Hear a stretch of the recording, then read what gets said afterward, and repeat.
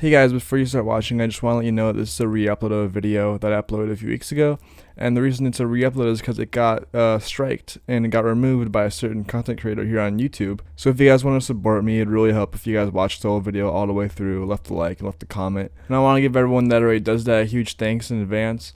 So I hope you guys enjoy the video. What's up, my Skate or Die fans, and looks like I'm back with another video. Today I'll be sharing some of my favorite skateboarding life hacks that will make your life as a skateboarder easier. So without taking up any more of your time, let's jump right into it. The first life hack I have for you today is to melt or glue your laces. Shoelaces are pretty much the only thing that break more often than boards, but there is a way to add some more protection to them. After you slip your shoes, just take a lighter and expose the areas that are going to be scraping against your board. By lightly melting the nylon fibers on your laces, they'll harden and become more durable. You should only melt your laces if they're made out of nylon, or else they'll just burn. For skaters with shoelaces made out of cotton or any other material, you can get the same result by putting super glue or hot glue on your shoelaces. Another life hack for you when you get brand new shoes is to microwave them. By microwaving your shoes for about 20 to 30 seconds, or even less, it'll help the shoe be more flexible. And when you walk around in it, it'll help it stretch out around your foot and feel more worn in only a matter of minutes, rather than days or weeks. If you have metal parts in your shoes, it's better to put them in the microwave in really short increments of like 2 to 4 seconds at a time. That way it won't melt and destroy a shoe. Another method is by laying your shoes down in the street and slow driving over them with your car. This will loosen the rubber in a way that's a little more like the twisting and bending you do when you're skating. It's a little less precise, and it is science, but not rocket science. A life hack for your board to get more pop is to wax the edges of your board, and also the places you get wheel bite. Now, most skaters know that if you wax the places you get wheel bite, it will reduce it significantly. But what most skaters don't know is that they can wax the nose and the tail of the board to increase their pop slightly. This is felt more when riding on rough ground. When most people complain about rough ground, they're usually talking about how annoying it is to roll around cracks, rocks, and sand. I don't know what happened. It was this damn ass rock. But some claim that the imperfect ground hinders their pop. According to pro skater Ronnie Krager, the solution is to wax the edges of your nose and tail where they hit the ground. This is supposed to help the board bounce more smoothly off the pebbles and also pop higher. It'll make you feel as if you're skating buttery warehouse cement. A life hack that will help you extend the life of your bushings is to flip them. All bushings eventually get warped, and no amount of manhandling the trucks or doing more turns in one direction or another will bring them back to normal. To keep your board riding straight, you can take your bushings out every once in a while and rotate them 180 degrees, and then put them back in. They'll get warped on the other side and then even out. You should definitely try this on your own board. It's definitely more scientific than bashing their trucks against the ground like a caveman. Another life hack for you skaters is that you can make your own wax. Now, if for whatever reason you can't afford a $4 piece of wax, you can really just make your own wax with crayons and candles. Just put them both in the oven and then stir it around, let it cool, and you have your own wax. You can also use deodorant as wax. If you're out of your own homemade wax and in very dire need of it, and there aren't any skate shops close to you, or you're out of crayons, using deodorant works just fine. You can literally go to any gas station or convenience store and get some for $2. On top of that, it's handy to keep on you because unlike wax, it's inside a container and does not cause a mess. The next life hack I have for you will teach you how to make your own ledge. Let's say your skate park is miles away and you want to make your own ledge. All you need to do is get 4 or more cinder blocks and 2 metal copings and some cement glue. Just assemble the cinder blocks and glue on the copings. Slap on some homemade wax onto it and you're done. If you have a ledge, you can skate anytime you want. Let me know in the comments down below if you guys want to see a video of me making my own homemade ledge.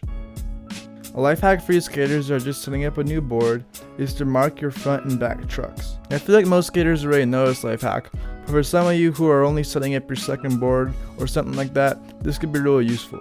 All you need to do is take a Sharpie or a marker and put down something that will help you distinguish the back and the front trucks. If you don't do this, you can put your trucks on the opposite way from how they were before, and it will cause your board to feel weird when you ride it because of the way your bushings got broken in over time. If you guys are looking for a new board to try this life hack on, you should check out the link down below to cal7.com. You also get a 10% discount when you use code SKATEORDIE when checking out. If you're buying a new board, you're most likely also buying new grip tape.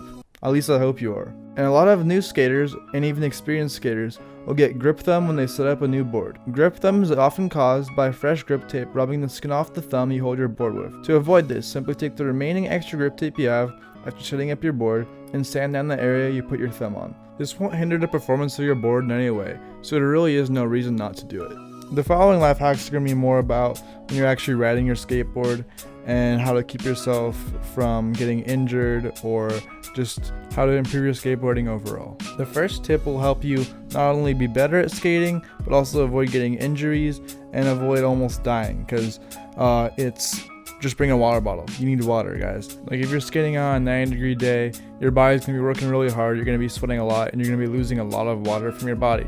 So you need to get that back, and the only way you can really do that is by bringing some water to stay hydrated. Another thing you can do to stay hydrated is take some athlete salt tablets. Now please do not actually eat salt or put that in your water. That will make you dehydrated and make you throw up.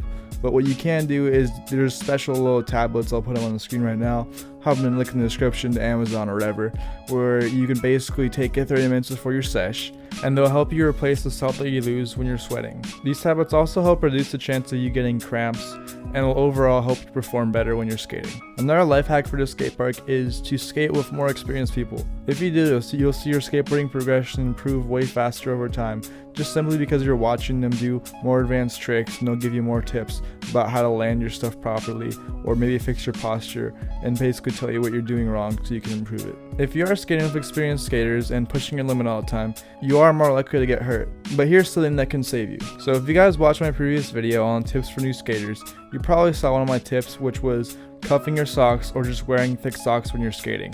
Well, I did a little bit of digging around, and I actually found some socks that are padded, and they aren't really obvious about it either. These socks have pads on your ankle and also on your shin, so they'll prevent you from hitting your board against your ankles and your shin at the same time. If you want to get a pair of those, I'll left the link in the description down below where you can buy them on Amazon. One of the final life hacks I have for you today for when you're out there skating is actually how to hold your board. If you don't want your clothes looking like the new Yeezy season, the best thing you can do is hold your board with the grip tape facing out. That way you won't scuff up all your shirts and your pants, and it won't leave them with holes. I know most of these skaters already know this, but I've done it a few times myself, and hopefully it'll save one of you guys as well. Now the last and final tip I have for you today, drumroll please, is to smash that like button and subscribe. Sorry I had to bait you guys like that, but honestly, every like I get and every subscriber I get helps my channel a lot, so I really appreciate it when you skaters support me. Thanks for watching, and I'll see you soon.